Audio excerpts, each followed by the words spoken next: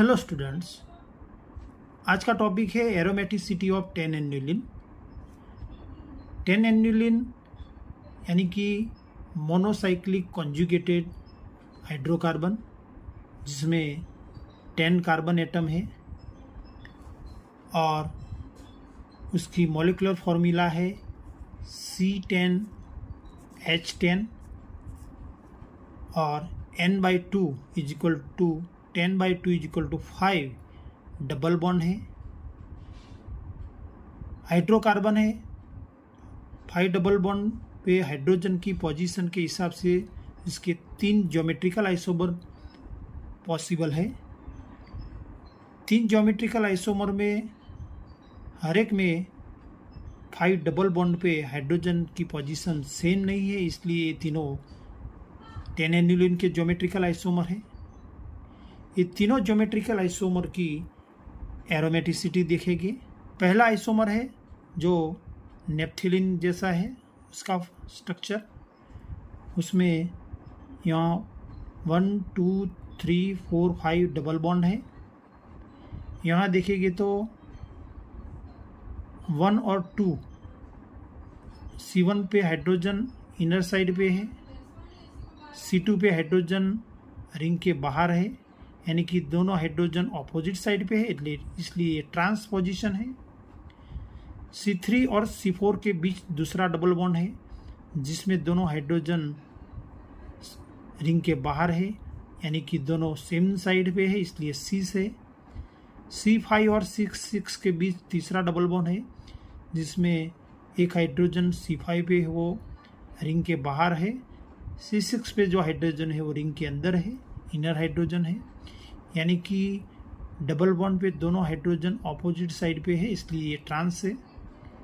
उसी तरह C7 और C8, C9 और C10 के बीच के डबल बॉन्ड पे हाइड्रोजन की पोजीशन C से, यानी कि ये ट्रांस सिस, यानी कि 2 ट्रांस डबल बॉन्ड है, इसलिए उसको डाई ट्रांस आइसोमर कहेंगे। यानी कि आइसोमर 1 है वो डाई ट्रांस आइसोमर है। आइसोमर 2 जिसमें मोनोसाइक्लिक रिंग 5 कार्बन जिसमें कंप्लीटली कॉन्जुगेशन है, सिंगल डबल बॉन्ड अल्टरनेट है, और सभी कार्बन पे डबल बॉन्ड पे हाइड्रोजन रिंग के बाहर है, यानी कि ऑल सिस। तीसरा आइसोमर जिसमें एक हाइड्रोजन इनर साइड पे है, इसलिए वो जिस कार्बन के साथ डबल बॉन्ड बनाता है उस पे हाइड्रोजन रिंग के बाहर है, इसलिए ये ट्रांस पोजीशन है। बाकी सभी 4 डबल बॉन्ड की पोजीशन सिस है, इसलिए ट्रांस सिस, यानी कि मोनो ट्रांस आइसोमर है। यानी कि ये 3 10 एन्युलिन के आइसोमर है।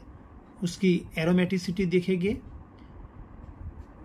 सभी आइसोमर मोनोसाइक्लिक है, यानी कि ये हकल के रूल से देखेंगे कि वो एरोमेटिक है, एंटी एरोमेटिक या नॉन एरोमेटिक है। सभी में अल्टरनेट सिंगल डबल बॉन्ड है, यानी कि कंप्लीटली कॉन्जुगेशन है, सभी कार्बन sp2 हाइब्रिड है। Number of pi electron 5 double bond है, यानी कि टोटल 10 पाई इलेक्ट्रॉन है।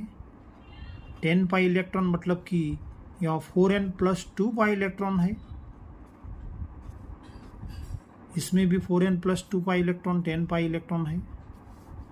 10 पाई इलेक्ट्रॉन यानी कि 4n+2 पाई इलेक्ट्रॉन है। साइक्लिक है, completely conjugated 4n+2 pi electron है। अगर प्लेनर है तो एरोमेटिक होगा, और नॉन प्लेनर है तो वो नॉन एरोमेटिक होगा। यहाँ 10 एन्युलिन के ये सभी आइसोमर नॉन प्लेनर है, यानी कि एक भी आइसोमर प्लेनर नहीं है, यानी कि ये तीनों ज्योमेट्रिकल आइसोमर वो नॉन एरोमेटिक है। इसकी एरोमेटिसिटी देखेंगे तो वो सभी होंगे नॉन एरोमेटिक।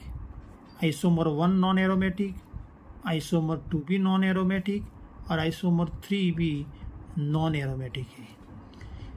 यहाँ जो ये तीनों आइसोमर नॉन प्लेनर है, उसके लिए दो मेन रीजन है, दो फैक्टर उसके लिए जिम्मेदार है। एक है बॉन्ड एंगल और दूसरा है एंगल स्ट्रेन। यहाँ सभी कार्बन sp2 हाइब्रिड है, इसलिए ideal bond angle CCC bond angle 120 degree होना चाहिए। सभी में 120 डिग्री बॉन्ड एंगल होना चाहिए। अगर 120 डिग्री बॉन्ड एंगल है तो वो आइडियल बॉन्ड एंगल होगा, और वो ऐसा ही इतना ही बॉन्ड एंगल अगर सभी में मिलता है तो वो उसमें एंगल स्ट्रेन नहीं है, ऐसा हम कह सकेंगे। आइसोमर 1 देखेंगे तो आइसोमर 1 में बॉन्ड एंगल 120 डिग्री है, यानी कि आइडियल बॉन्ड एंगल जितना ही बॉन्ड एंगल है, यानी कि बॉन्ड एंगल में कोई डिफरेंस नहीं है, डिफरेंस 0, मतलब कि यहाँ एंगल स्ट्रेन नहीं है। लेकिन आइसोमर 1 जिसमें C1 पे एक हाइड्रोजन इनर हाइड्रोजन है और C6 पे हाइड्रोजन रिंग में है, यानी कि दो इनर हाइड्रोजन जो C1 और C6 पे है, ये दोनों के बीच स्टेरिक इंटरेक्शन की वजह से यहाँ आइसोमर 1 नॉन प्लेनर है between inner hydrogen atoms. Steric interaction दोनों के बीच जो स्टेरिक इंटरेक्शन है, इसलिए वो नॉन एरोमेटिक है।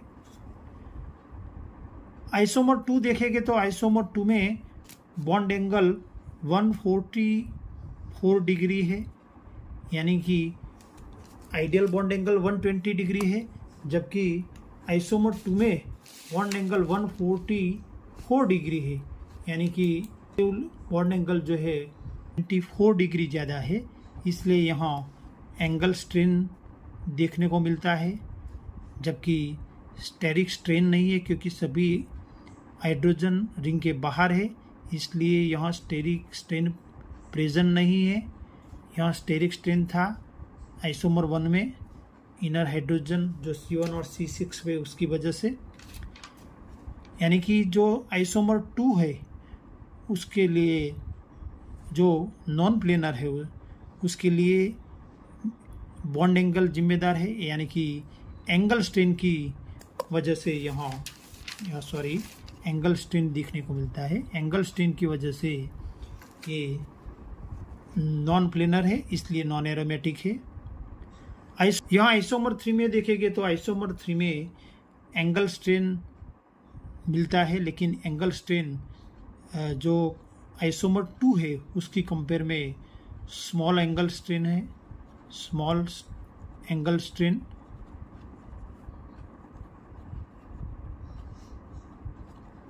कंपेयर टू आइसोमर 2 की कंपेयर में यहाँ एंगल स्ट्रेन कम है। जबकि स्टेरिक स्ट्रेन देखेंगे तो यहाँ स्टेरिक स्ट्रेन भी प्रेजेंट है, क्योंकि एक इनर हाइड्रोजन है और इनर हाइड्रोजन की वजह से यहाँ स्टेरिक स्ट्रेन है। यानी कि आइसोमर 3 जिसमें एंगल स्ट्रेन और स्टेरिक स्ट्रेन दोनों की वजह से वो नॉन प्लेनर है, इसलिए वो नॉन एरोमेटिक है। मतलब कि 10 एन्युलिन के तीनों isomer cyclic completely conjugate 4n+2 pi electron है, लेकिन वो नॉन प्लेनर होने की वजह से तीनों आइसोमर नॉन एरोमेटिक है। उसमें आइसोमर 1 देखेंगे तो आइसोमर 1 में C1 और C6 पे जो हाइड्रोजन है उसकी वजह से वो नॉन प्लेनर है, क्योंकि C1 और C6 पे जो हाइड्रोजन है उसकी वजह से एंगल स्टेरिक स्ट्रेन देखने को मिलता है। इसलिए यहाँ C1 और 6 पे जो हाइड्रोजन एटम है उसका अगर मिथिलिन ऑक्सीजन या नाइट्रोजन से उसको डिस्प्लेस किया जाए, उसके सब्स्टिट्यूट किया जाए, तो उसका सब्स्टिट्यूशन करने से जो एन्युलिन मिलता है वो ब्रिज 10 एन्युलिन है, और वो ब्रिज 10 एन्युलिन साइक्लिक है, प्लेनर है, यानी कि प्लेनर होने की वजह से, और 4n+2 पाई इलेक्ट्रॉन है, इसलिए ये ब्रिज 10 एन्युलिन एरोमेटिक है। यहाँ ब्रिज 10 एन्युलिन में जो इनर हाइड्रोजन की जगह पे एक्स बताया है, जो x is equal to CH2 या ऑक्सीजन या नाइट्रोजन है, यानी कि ब्रिज 10 एनिलीन वो एरोमेटिक है। Thank you for watching.